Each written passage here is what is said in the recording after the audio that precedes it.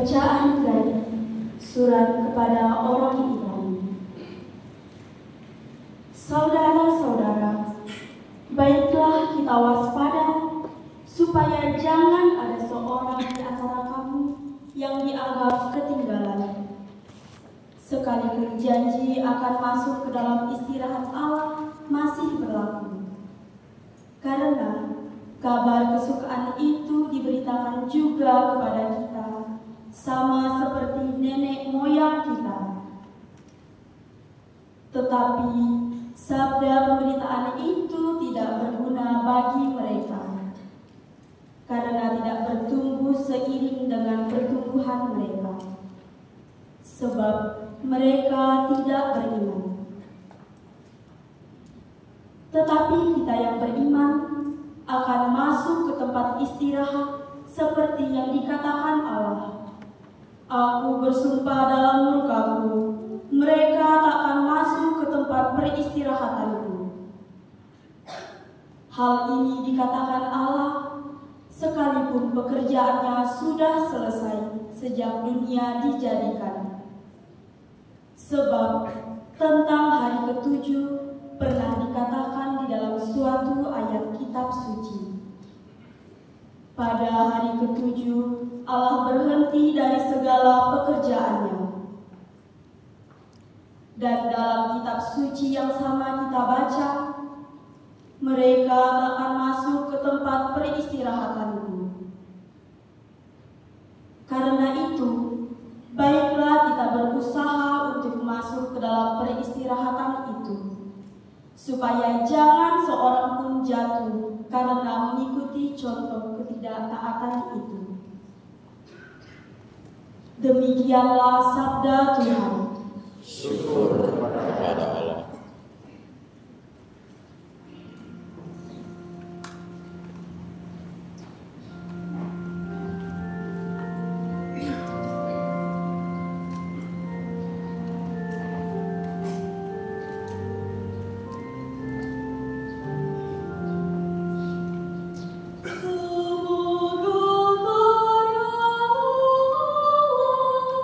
Jangan dilupakan.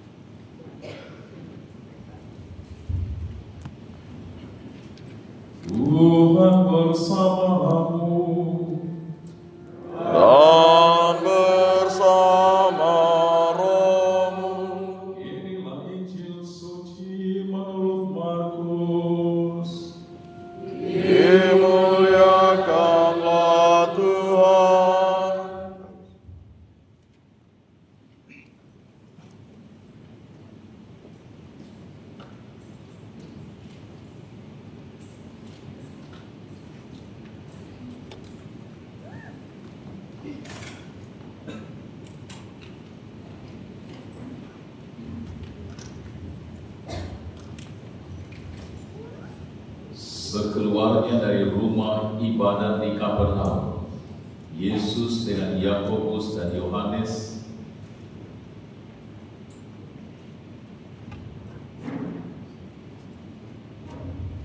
setelah beberapa hari sesudah Yesus datang ke Kapernaum, tersiarlah kabar bahwa ia ada di rumah.